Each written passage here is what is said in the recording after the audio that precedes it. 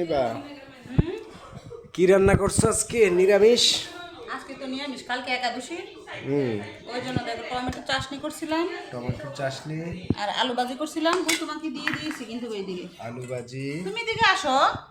তারপর আর এখন পটল ভাজি করলাম, বেগুন ভাজি করলাম, পটল ভাজি, বেগুন ভাজি। আর আজকে ডাল রান্না করছি। ডালটা কিন্তু অনেক স্বাদ হয়েছে, আজকে ডাল স্বাদ হয়েছে না? অনেক মজা হয়েছে, তুমি খেয়ে দেখো। আর আমার সালাদ কই?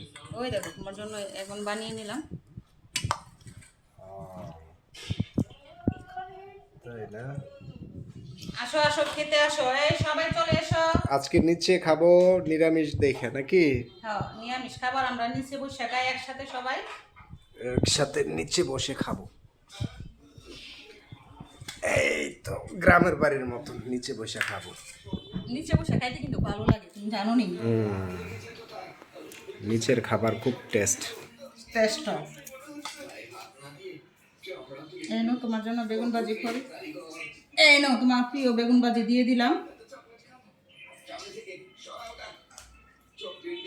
পটল ভাজি অস্থির অস্থির। আর একটা শুকনো লঙ্কা।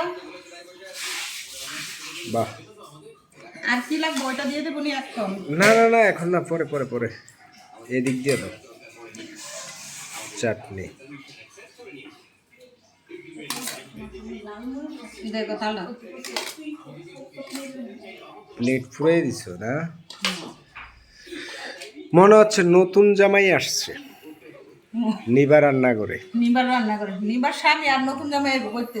আহা হা, খাবারের আয়োজন দেখে তো মনে হচ্ছে নতুন জামাই।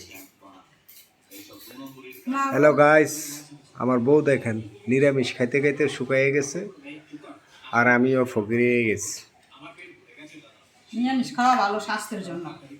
আচ্ছা আচ্ছা, ঈশান আসো। কিন্তু নিরামিষে খরচ বেশি, এটা তো আপনারা জানেন, কমেন্টে জানাবেন।